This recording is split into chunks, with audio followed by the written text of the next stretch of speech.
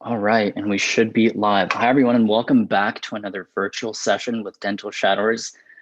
We are very excited to welcome our guest, an orthodontist, Dr. Foster. Doctor, it's a pleasure to have you with us today. Thank you so much for taking the time out of your busy schedule to meet with us. Please feel free to take it away whenever you're ready. Yeah, sure. Thank you for having me. I'm really excited to be here today. So I'm Dr. Foster. I am a recent graduate from St. Louis University. I graduated in December, and I have been practicing for a little bit over 2.5 months now. So I will go ahead and get started with sharing my presentation with you all. So I've had a very interesting journey in becoming an orthodontist. So I decided when I was 8 that I was going to be an orthodontist. So everything from 8 until now, I'm 29, has been to become an orthodontist. I decided that when I went to my first orthodontic consult. My orthodontist was just really cool. It's kind of like a SeaWorld themed office. So we had fish tanks, a lot of cool fish. And it was just like really neat. And I really enjoyed the atmosphere. So that's when I was like, this is what I'm doing for the rest of my life. I went to Florida Gulf Coast University in Fort Myers. I graduated in 2013. I did a biology background. However, fun fact is you don't need to major in a science in order to go into dental school. You just have to take the prerequisites. So if you wanted to be a business major, great, you can be a business major. You just would have to make sure that you did whatever prerequisites were needed to go into dental school. But I decided to do biology. I am better in the sciences, and I did a pre-professional concentration. I then applied to dental school. I didn't get in the first time I applied, so I applied to a Master's of Biomedical Science program at Nova Southeastern University in Fort Lauderdale, Florida. And that was kind of like a bridge program in between dental school and undergrad. And what it was is I took all of the science classes with the dental class, took all the same tests and had all the same teachers and things like that. I just didn't take the dental portion of it.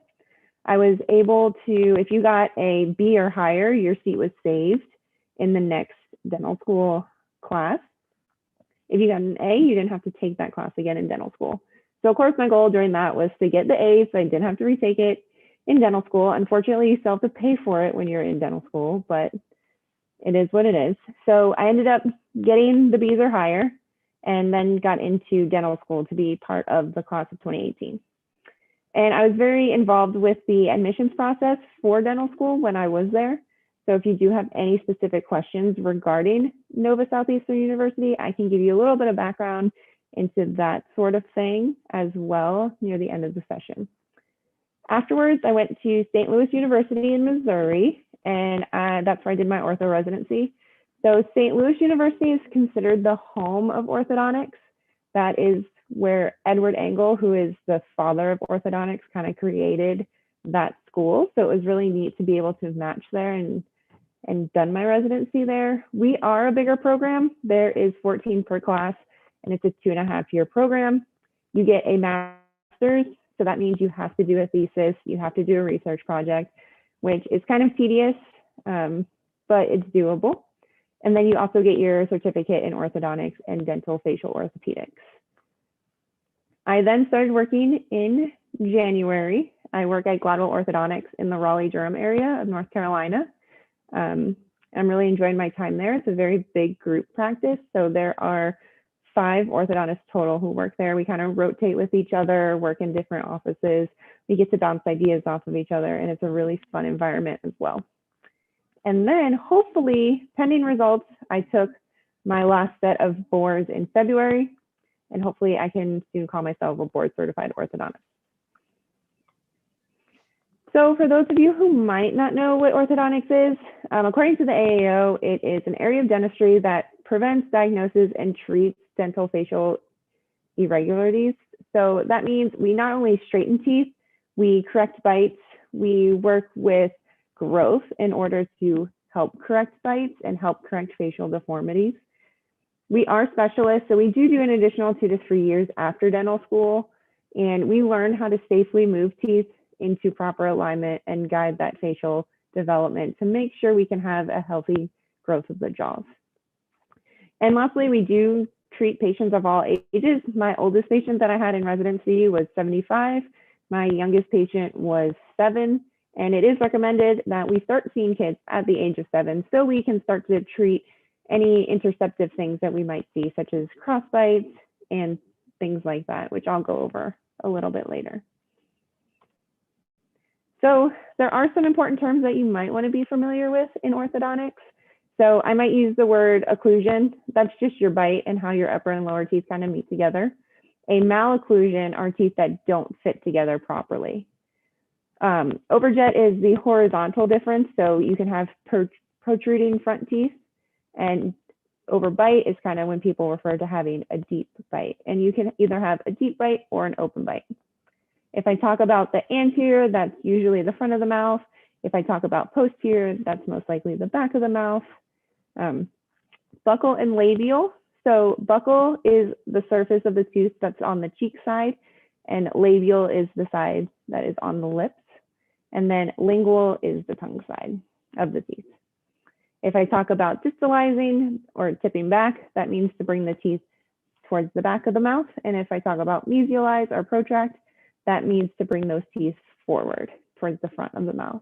And I did add a link at the end. I don't know if you guys will be able to access that link, but there is a link for more orthodontic terms as well. But these are kind of just the basics. Awesome. So there are different types of what we call malocclusions. So there's the normal malocclusion where we see our top teeth fitting over top our bottom teeth, and we see our teeth in the middle. So that's going to be the area on the upper left side. That's going to be your normal occlusion. We can have a class 1 malocclusion, meaning we have crowding, spacing, protrusion of those anterior teeth. We also can have the bite in a relatively stable position in the back. So that would be a class 1 malocclusion. We can also have a class 2 malocclusion, meaning our top teeth are a little bit more forward than our bottom teeth. Or we can have a class 3 malocclusion, which means our bottom teeth are more forward than our upper teeth. That's kind of like an underbite type of deal. So here's some examples of some malocclusions. So the first one, I'm going to go from the left side of the screen to the right side of the screen. That's what we call an anterior open bite, meaning our top and bottom teeth aren't touching the way that they are supposed to. The middle picture is a deep bite, meaning we cannot see a lot of those bottom teeth, and there is what we call over eruption of those teeth. And then the last picture on the right is a posterior crossbite, meaning our top teeth are sitting on the inside of our lower teeth. And in that picture, also what we are seeing is we are seeing our front teeth, we're seeing an underbite. So we're seeing those front teeth be a little bit more ahead of our top teeth. So these are some common problems that we see in a practice. So some diagnostic tests that we do. First, of course, we always want to get the patient's chief complaint. So that's going to vary from patient to patient, and sometimes patients don't even have a chief complaint, so you kind of have to pry it from them, which is always fun. We do an intraoral exam, so we examine not only the hard tissues such as the teeth, we also examine the soft tissues such as the lips, tongues, and things like that. Make sure we don't see any pathology. We will also do a TMJ evaluation as well. TMJ has actually, I've seen quite a few patients with some TMJ abnormalities due to COVID because it's a very stressful time. TMJ abnormalities are multifactorial, and stress is definitely a key component in them. So ever since, some of the uncertainties that some people have faced, we do see that people tend to clench and grind a little bit more with that added stress. We do 9 intraoral photos, so we are able to see the bite in all different directions. We do about 4 to 5 extraoral photos, so we can see the facial aesthetics. We can see how the jaws line up from that. We can do an intraoral scan. So if you've been to your dentist recently, a lot of dentists are now incorporating iTeros into their practices, meaning they scan your teeth and they give you a 3D model on the screen. That's exactly the same thing that we do. It cuts back on having to house actual models, which if you had orthodontics probably in the 2000s, that's probably what you had. We also take a panoramic x-ray and a lateral ceph, and then a CBCT in some cases, such as if we have impacted teeth, missing teeth, or we are suspected of other pathologies. There are so many different appliances that orthodontists can use. So the first picture is lingual braces. So those would be braces that are on the backs of your teeth. There are quite a few companies who make these lingual braces. There's Embrace, there's Incognito, Sure Smile, things like that. You would have to get specialized wires made in order to move forward with a treatment such as lingual. We do have the traditional metal braces, which go on the front surfaces of all the teeth. We have ceramic braces, which are the clear braces essentially. And then we have aligners. So most of you are probably familiar with Invisalign, but Invisalign's patent had expired a few years ago. So now there are tons of companies that are offering clear aligners, kind of in the same fashion as Invisalign does. There are also other appliances that we use as well. So if we look on the left side of the screen, that is a headgear. We do use headgear in some cases. Cases being a class 2 malocclusion, we use that headgear. Patients do not like it when we use headgear, so we only use it when we absolutely have to. There's two different types. The one that's pictured here is what we call a cervical pull headgear. In the middle, we have at the top, we have a TAD, which is a temporary anchorage device. That TAD can be used for many things. In that picture, for instance, that TAD is being used to distalize those anterior teeth, meaning pull those teeth towards the back of the mouth. In the middle at the bottom, we have a palatal expander. We use that in cases of cross bites. That helps expand not only the bone, but tips the teeth as well. We use that in kids, especially because it's a little bit easier to get that expansion. And then on the other side, we have our retainers. So retention is also part of orthodontics. It's a very important part of orthodontics. Just because we move your teeth into a position doesn't mean that they're going to stay that way forever. The only way that we can guarantee that they're going to hold as well as possible is if we do retainers. So at the top, we have our traditional metal retainer. It's called a Holly retainer. In the middle, we have a clear retainer. And then on the bottom, we have a fixed retainer. All are great options for retention. So there are different types of procedures that we do. So we do usually break treatments up into phase 1 or phase 2 based on age, based off the amount of teeth that they have adult-wise, and based off the amount of teeth they have for the primary teeth as well. So the first phase of treatment is usually limited braces. This is early childhood, so this is anywhere between 7 to 11 years old, depending on eruption of the adult teeth. This is usually will include limited braces. It can include space maintenance. It can include guided eruption, where we kind of guide how teeth erupt and when they erupt. This could also be a part where we use palatal expanders, which I showed you on the other page, or trying to get rid of a habit. A phase 2 treatment is usually when kids have all of their adult teeth. So this would be a case where we would do closed extraction spaces, do bite correction, deliver impacted teeth, and things like that. So in a daily day at the office that I work at, depending on the office that we're in, we can see anywhere to about 180 to 200 adjustments, and that's usually on a 2-doctor day. And on a 1-doctor day, it's anywhere between 40 to 80 adjustments. For our office, we do have a little bit of a higher volume. We are mostly Invisalign office, so we do mostly clear aligners. So those appointments are rather quick in comparison to doing an adjustment with brackets. So what does an adjustment consist of? It consists of changing wires, meaning we're increasing the size of the wires. We could be closing extraction spaces if we decided to extract teeth. It could be just Invisalign checks where we're checking, make sure the trays fit, make sure the teeth are moving the way that we anticipate. It could be changing elastic wear. checking an appliance, checking retention, bonding brackets or attachments. So Invisalign uses attachments, or taking brackets and attachments off. And on some days, we can see anywhere between 8 to 10 new patient exams or observations appointments. And these can include same-day starts depending on what our schedule is like. So I did include some cases just because I think they're more fun to talk about, and it kind of really brings home what orthodontics is and what we do. So this first patient, she was a patient that I treated in residency.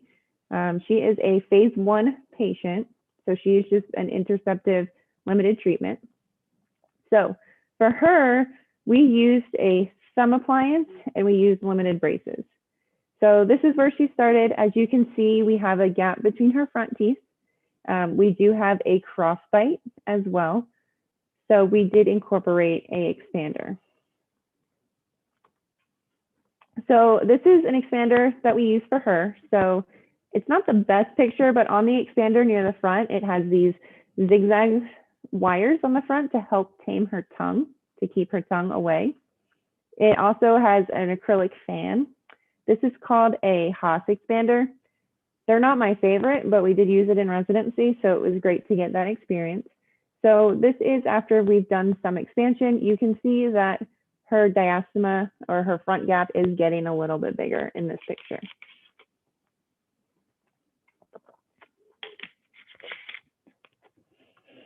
And this is how she ended. So we did some limited treatment on her, gave her a great result, and when she has all of her adult teeth, she will be back to do her second phase of treatment. So I did want to show this case. So he didn't have too many issues going on as far as teeth-wise. He does have what we call a crossbite at that upper front tooth. We can see that that front tooth is behind the bottom teeth. He had very poor oral hygiene. So that's why I wanted to show him, because if we don't have good oral hygiene with our patients, they can get what we call white spot lesions, which are scars on their teeth. There's no way to get rid of those scars other than with dental work when he's older. So he ended with a good occlusion, a good bite, but as you can see, if we look around the gum line, you can see those white spots. Those are white spot lesions, and that is from poor oral hygiene during treatment. So that is something that we face on a daily basis. And then last but not least, I think this is the last case I put in. Sorry, my throat keeps getting a little dry. This is the last case that I put in. So as we can see here, this patient not only has a crossbite at his front teeth, but we're also very, very crowded. So we decided to extract teeth on him. He's not finished yet, but I did want to show you an extraction case. So we took out 4 teeth, 2 teeth on the top and 2 teeth on the bottom. And this is where he is right now. We just have some finishing to do. So I did want to leave you with some advice. So some advice that I have for everyone is to get exposure to the dental world while you're in undergrad. I would recommend attending pre-dental days at local dental schools. With COVID, I'm not sure if they're actually having these, but as soon as restrictions are lifted, I'm sure they'll start offering them again. Join a pre-dental ASDA. ASDA is the American Student Dental Association. It is very big when you're in dental school to be a part of ASDA. So they also have a pre-dental branch. If you're in the pre-dental branch, you're able to attend ASDA conferences, so you'll get to meet tons of dental students. And you'll also get to meet other pre-dentals. And make sure you try to shadow local dentists and local specialists, things like this presentation, just so you can be aware of what is available. So academics is really important, but it's not the only thing that dental schools look at. You want to try to get, as high as a GPA as possible, and you also want to study and take the DAT as early as possible as well. But you also want to get involved with clubs. You want to get involved with leadership roles within those clubs. You want to still do things that you like to do, have hobbies and interests outside of dentistry and outside school. It helps make you a better person overall, It helps with your mental health while going through all those difficult classes. And dental schools will ask you about those things as well.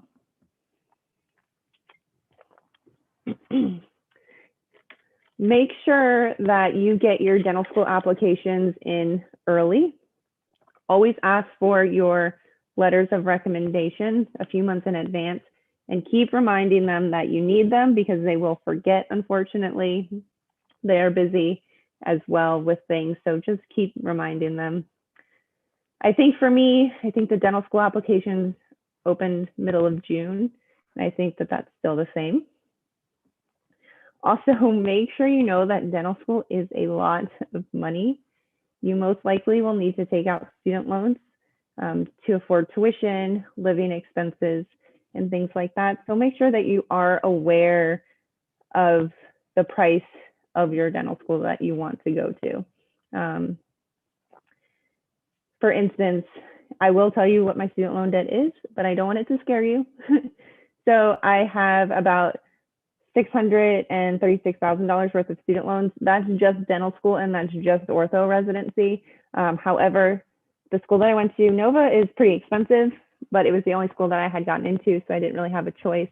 But just make sure you are aware of the student loan process, how it works, what you'll need to take out, things like that. It will be challenging, if not impossible, to have a side job while you're in dental school, because you're literally there from 8 to 5 doing classes. And if you are not doing classes, you're practicing. Don't get frustrated if you get denied the first time. It is very frustrating and disappointing if you don't get in. And I totally get it. I didn't get in the first time as well. But for most people, it does take multiple application cycles. So with that being said, if you have to take a gap year in between undergrad and dental school, or if you have to take a few gap years in between, just don't give up if it's something that you want to do. If you want it to happen, you can make it happen. Just it takes multiple application cycles. So for my class, when I got in, I was actually young for my class, and at the time I was 23. So most people were 25 or older. So I was on the younger side. So if that, take that with what it's worth. Also, which I didn't put in here, take an art class. Get good with your hands, get good with working with your hands, a sculpture class, anything to start to get that dexterity really going, because you will be using both of your hands a lot. Dentistry is very artistic, so it would definitely benefit you in some way to start to get those hand skills and coordination up to par. So if anyone has any questions, I would be more than happy to answer them.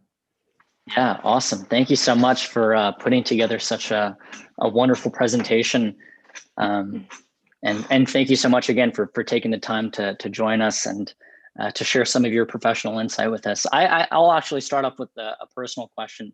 You mentioned in your last slide the importance of maintaining exposure as an undergraduate. Do you mind sharing a few personal pre-dental extracurricular experiences or just sort of enrichment experiences that you found to be pretty formative? Sure. So for me personally, I was actually in a sorority, so I got a lot of my community service and things like that through my sorority. I'm very outdoorsy, so I joined a club called Outdoor Pursuits. Did some work with them as well. We went on a couple trips. It was a lot of fun. As far as being dentistry related, at my school at the time, we didn't have a pre-dental program. So if you do have a pre-dental club, definitely get involved with that. They have speakers as well that come in. But I did visit local dentists. So I would shadow twice a week at a general dentist office to get the exposure. I think when I was in undergrad, I didn't realize how much work dental school was. So when I went to visit these dentists, they were like, you do know that dental school is 30 plus credit hours a semester, right? And I was like, what? How do you even do 30 credit hours in a semester when right now I'm doing the maximum, which I think at the time was 12 or 15.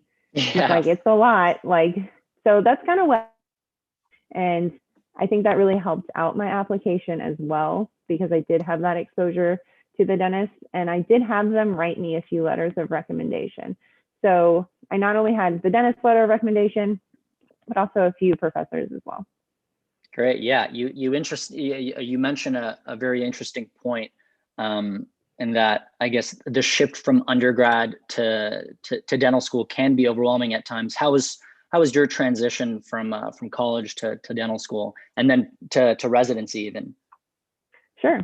So I think I kind of got lucky because while I didn't get in the first time, I did do that master's program. So in dental school, the first year is kind of like a lot of science classes. Probably most of them were prereqs in undergrad, but then you take them and they're like on steroids this time. Yeah. And undergrad is like the JV version.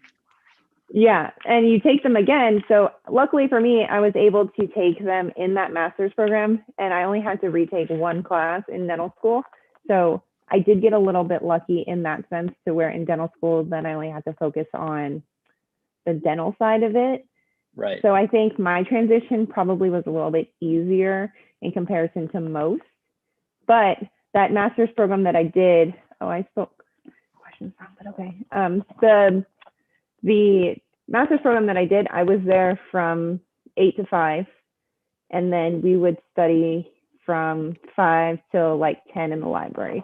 And then Saturdays and Sundays, we'd be all there studying.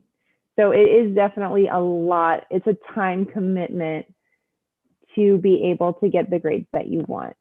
As far as getting the grades that you want is very important, especially if you want to specialize, because they will look at your grades, your class rank, unfortunately, because I don't think class rank is a very good indication on whether or not someone's a bad or good student, because the difference between the number 1 person and the number 20 person could be like 0.5 points.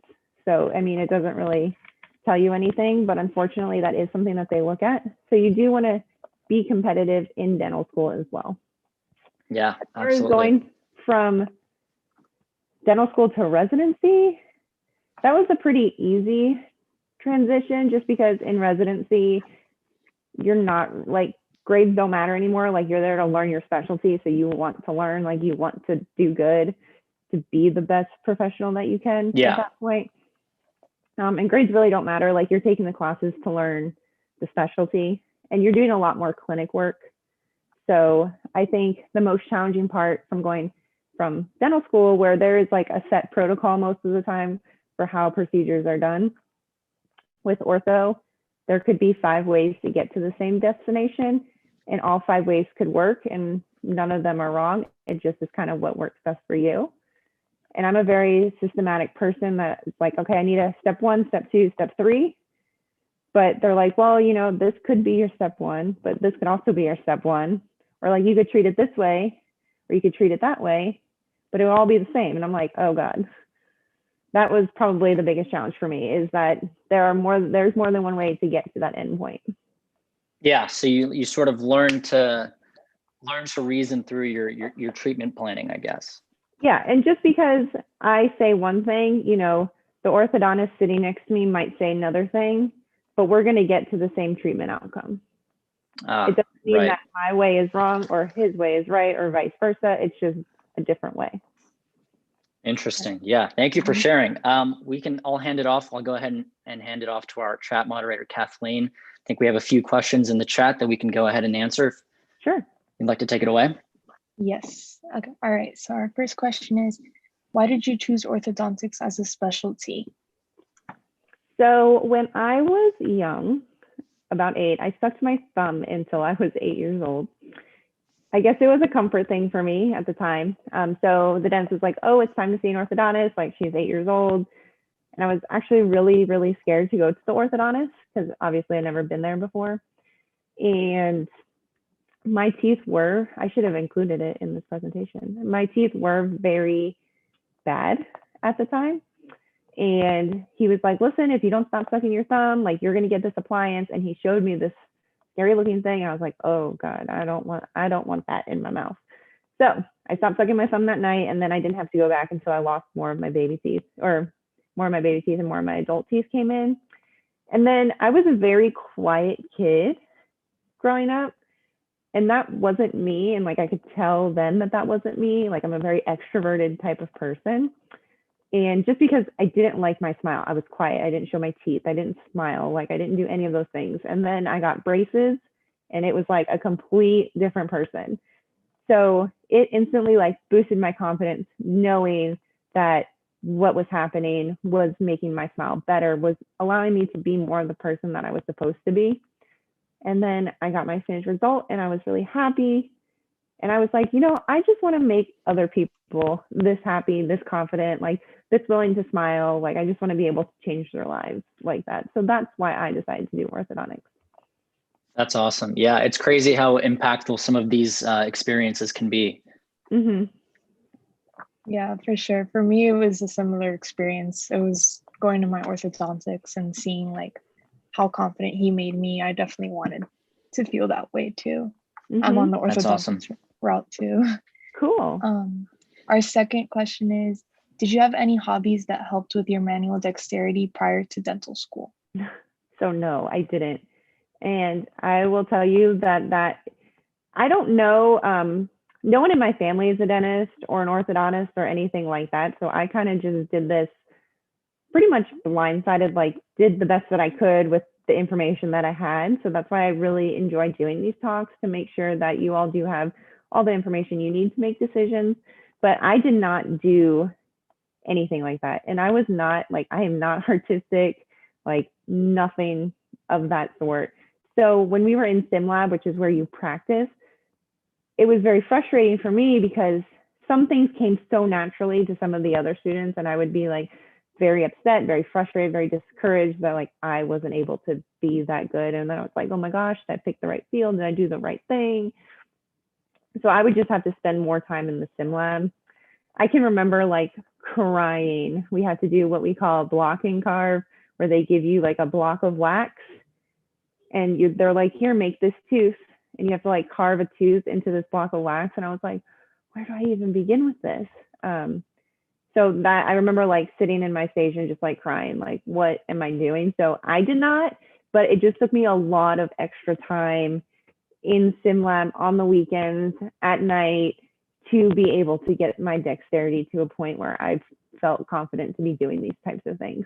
So I definitely, if I could go back in time, I would take an art class, whether it be like painting, sculpting, anything to get good with your hands. So sim lab isn't as frustrating for you.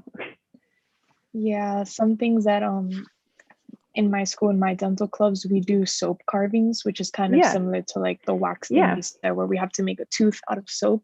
Mm-hmm. And yeah, it was definitely frustrating at first, but once you get the hang of it, you can see that your dexterity skills start to work. Yeah, and I remember at the time I was like, why am I doing this? Like, no one's ever gonna ask me to make a tooth out of a block of wax. But then I realized it's setting you up to be able to use your hands for when you are working with patients.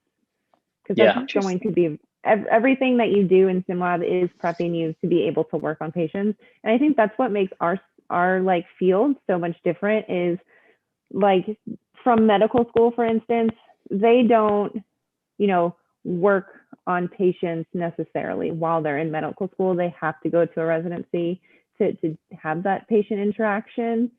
As far as we're concerned, we start working on patients, well, at the dental school that I went to, your second year.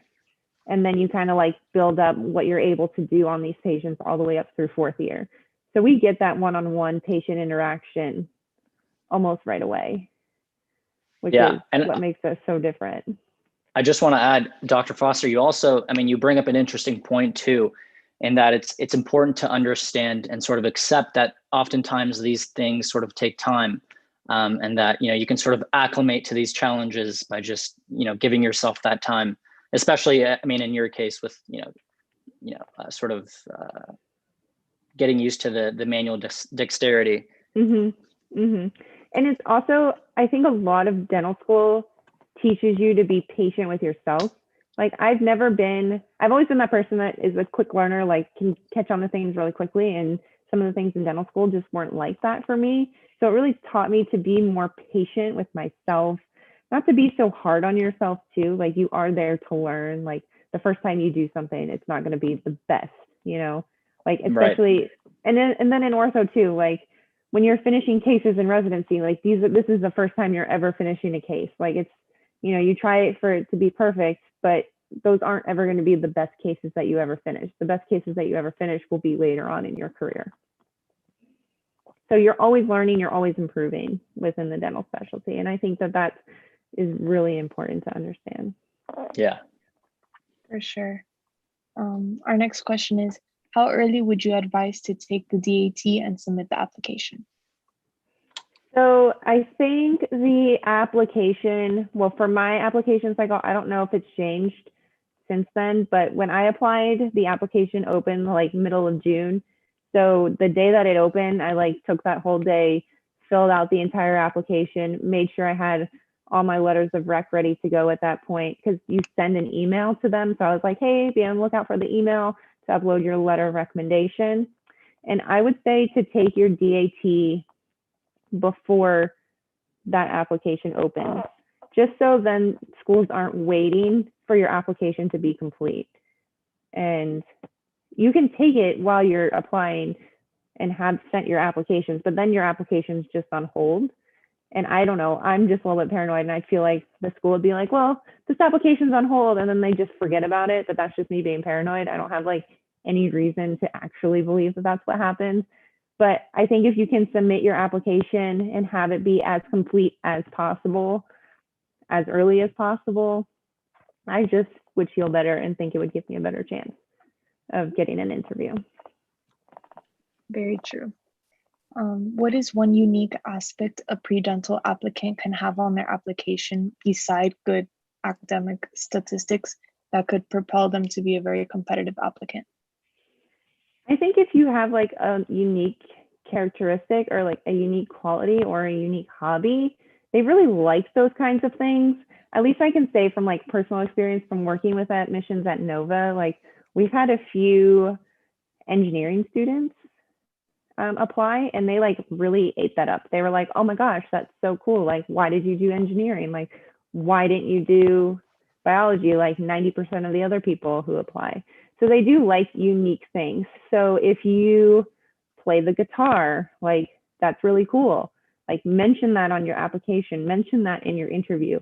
Try to find a way that playing the guitar can correlate to something in dentistry and things like that. So I think if you have something that's very unique to yourself, they really like that. Interesting. So I have a personal question. Sure. I'm in between pediatric dentistry and orthodontics because I definitely like kids. So I was wondering, like, orthodontics see like a lot of children, right? Or like what makes it different than pediatric? So when you go into orthodontics, you're not really doing any more like teeth restorations. So I feel like the main difference between pediatric dentistry and orthodontics is now when you're in orthodontics, you're just more focused on moving the teeth into the correct spot, making sure the bite is aligned, and correcting, if you can, any facial abnormalities that exist or growth patterns that might exist. As far as pediatric dentistry, you would be doing mostly like taking out baby teeth, doing cleanings, doing crowns on kids, doing fillings on kids, and things like that. So that's definitely more hands-on in my opinion. And I feel like if you're a dentist, you can also treat kids. So I feel like as a pediatric dentist, you might get the bad kids that the dentists don't want to treat. And for me and my patients, that was just not for me. But it could be for somebody else, and that's completely okay. But I would say that's probably the two big differences, is that they're just different things altogether.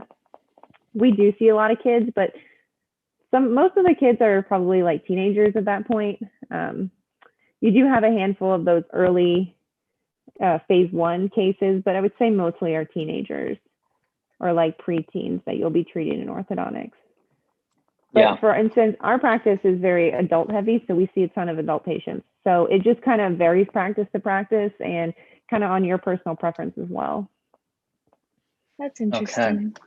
Yeah, just going back to sort of your experience in dental school, you mentioned that the curriculum, the didactics can be sort of overwhelming initially, and so how did you sort of maintain that balance of I guess, of work and play, the maintaining a healthy balance at school, but also maintaining some sort of, social life, and sort of finding time to de-stress.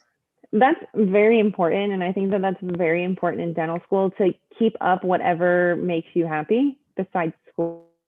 School doesn't make anybody happy, but whatever makes you happy, that's not school. So for me, that's working out. So, at the end of the day, say, class is done at 5, I would make my 5 to 6 my hour of where I'm going to the gym, going for a run, doing, whatever I need to do in that hour.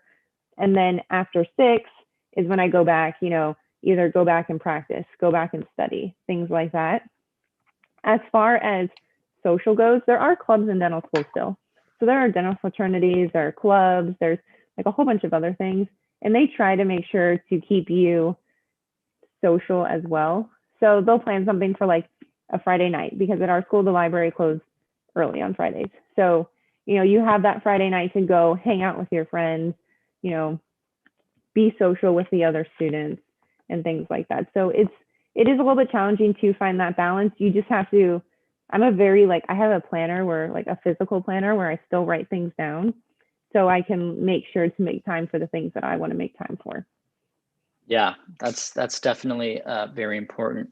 Just to sort of segue off of that, we do have a large pre-dental audience, but also I would say a fair amount of current dental students who oftentimes tune into some of our live sessions.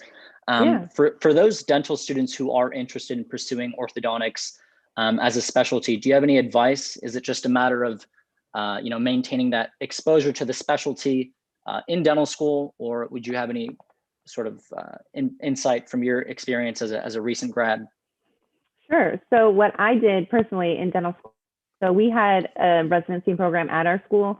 So whatever free time that I had, I was up in that clinic, making sure that they knew who I was, making sure they knew I was interested, trying to learn stuff, because at our school, for instance, they didn't really teach us ortho too well, if hardly at all. So it was very foreign for me. So I wanted to make sure that it was something that I wanted to continue to pursue. So I would definitely recommend getting into your residency programs that are at your schools in order to get exposure to the specialty. You'll also need a orthodontic letter of recommendation for residency, and that's a good way to get one because the faculty there are orthodontists. So if you don't have an orthodontist in your area or you don't know any, that would be a good way to get that letter of recommendation. I would also recommend doing research. A lot of programs nowadays do require you to do research while you're in residency. So it'd be nice to get exposure to how research works, what they're looking for, and things like that for research topics. Again, I worked with 2 of the residents at my school, helped them out with their research, kind of helped collect data, things like that. And I think that my program that I got into at SLU really liked that I did that. And it got me exposure to how conducting research works. So those are 2 things that I would definitely do. And then I would also get involved with your clubs at your school. So we had an orthodontic club, which I was in. I wasn't too active in it because I was more active in the ASDA, which is the American Student Dental Association. And I was more active in that. I became president of that. And I really enjoyed doing that. And for me, I really enjoy lobbying, like at DC and Tallahassee and things like that. So I think my program also really liked that I was very interested in the advocacy level of dentistry and orthodontics. So I feel like if you have something that's unique like that as well, they'll like that. Awesome. Yeah, I mean, I feel like that's great advice to, obviously maintain exposure to the field, but also just try and sort of differentiate yourself from the other pool of applicants. And I guess to that end, I guess maybe this sort of is more relevant to our pre-dental audience. Mm-hmm. How important, if at all, would you say is the dental school choice for students that are interested in specializing in orthodontics? So I think that answer will vary clinician to clinician. So for me, I don't think where you go to dental school matters. So, you know, all dental schools are going to have a very similar curriculum. You're going to get a very similar, you know, education. Some are more prestige, some programs are more prestigious than others. If I were to do it again, I would pick the cheapest option if I had an option. Just because it is so much money to go to dental school. So if you do have the option, do some pros and cons on pricing, because you are going to get relatively the same education no matter where you go. I know some programs are pass fail, meaning there are no class ranks, because you either pass the class or you fail it. So I would I'm not saying avoid those schools, because there are people who, you know, go to those schools and get into a residency program, not a problem. But I would just tend to stay away from them, just because I know residency programs like to have a class rank. But I'm not saying that they're bad programs or anything. I'm just thinking from a standpoint, when they ask me what my class rank is, I'm like, well, I don't know. I passed all my classes. Does that count? Yeah. So have a holistic approach, you know, consider everything, the pros, the cons, do a little cost benefit analysis. Definitely. I would say cost benefit analysis would probably be like my number one thing to look at when you go to dental school. Yeah, for sure. Because I don't think I was aware of how much, I mean, yeah, I saw like the tuition price, but I just wasn't not aware. It was like, oh, it will be fine. I mean, it will be fine, but it's just expensive. And I just think that that topic isn't talked about a lot, and it's not, it's like kind of brushed under the rug. And I just think that students deserve to have a fair chance at knowing before they make that decision. Because that's a big financial commitment. Agreed. I mean, I feel like that's extremely valuable insight. So thank you for sharing. Like you could buy a Ferrari with that money, really. Yeah, or a couple Ferraris, honestly. Or a couple Ferraris. Yeah, there you go. I guess another question, how was the transition from dental school, from residency into the workforce?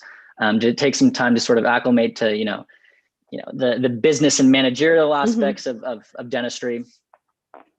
So the first week I was at work, I like came home on Friday and I was like, what the heck did I just get myself into?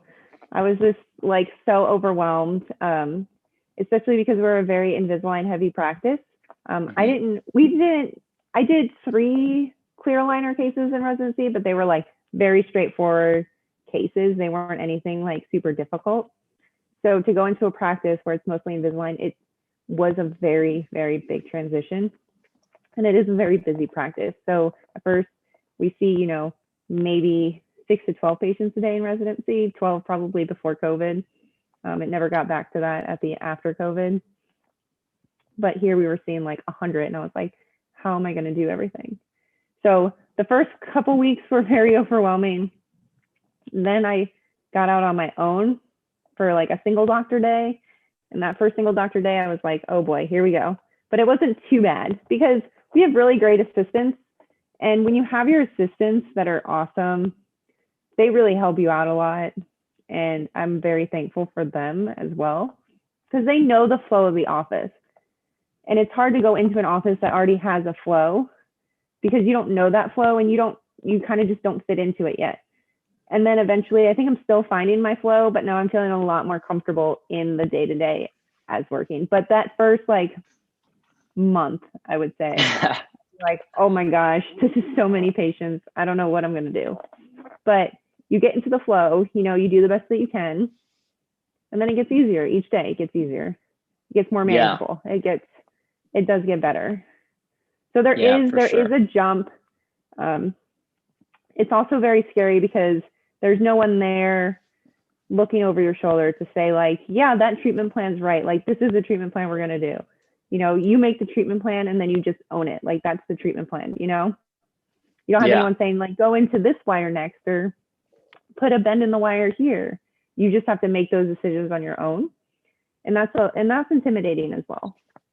Yeah. You also mentioned a pretty insightful point on the value of having, a very dynamic team of staff. I think a common misconception is that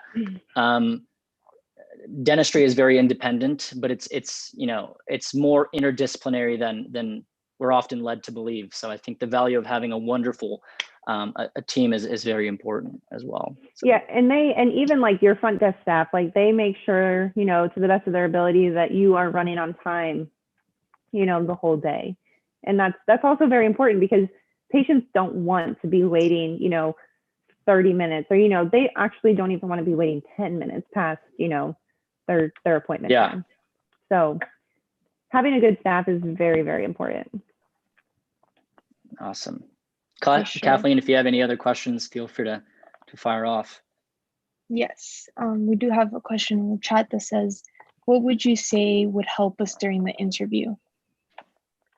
So at Nova, for instance, they already know what you look like on paper. So I can only speak from the Nova point of view, just because I'm familiar with it, and each dental school might be different. So they already know what you look like on paper. So they already know your GPA. They already know, that you withdrew from a class or things like that. They want to know you as a person. So go in there ready to tell them who you are and why you want to do dentistry. I think that's very important. Yeah, definitely be yourself. Great advice. Yeah. Another question we have is, what is your favorite part about being an orthodontist?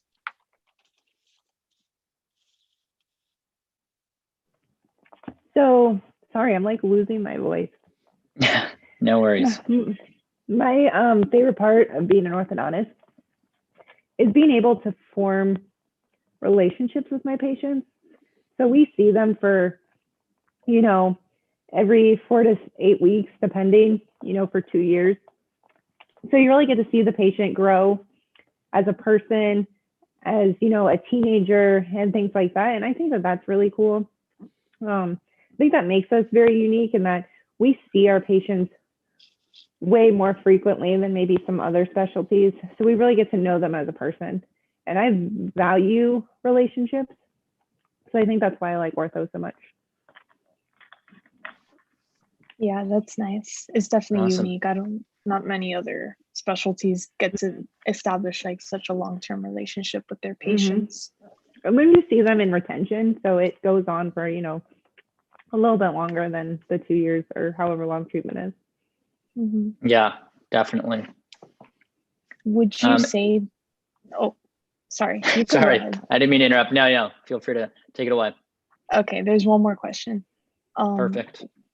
Would you say that orthodontics residency was harder than the 4 years of dental school, or the other way around? It's a different type of hard. It is challenging, and it is very challenging at times. So the difference between dental school, I will say like 10 out of 10 residency is so much better than dental school. Like that's not even a question in my mind. Like dental school sucked. But the hardness of it is different. So in dental school, you have the 2 years of practice before you're actually like cutting into a patient tooth.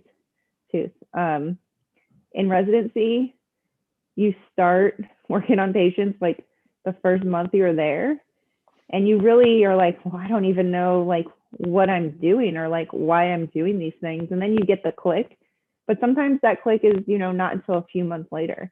And sometimes you're doing things in clinic that you haven't necessarily learned about yet.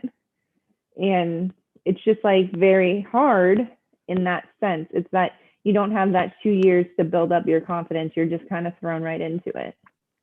As far as teaching goes, sometimes you'll do something and then like a week later, you're learning about that in class and you're like, oh, I just did that last week. Now that makes sense. So the way that your knowledge kind of builds in residency is very different than how it builds in dental school. So it's Awesome. hard. I'm not going to say it's not hard, and I'm not going to say one was harder than the other. They're just different types of hard. Yeah, understandable. Well, I guess on that note, we can go ahead and conclude today's session. Doctor, that was fantastic. Thank you for putting together such a wonderful and comprehensive lecture, and thanks for taking the time to sort of chat with us and answer a few questions from the chat. Yeah, sounds good. Thank you so much for having me. Awesome. Before concluding today's session, I would like to remind our viewers, our live audience, that the quiz for today's session that Kathleen has put together can be found in the live chat, and it can also be found in our Instagram bio. On that note, I'd like to wish everyone a productive year and a good evening. Thank you so much again, Doctor.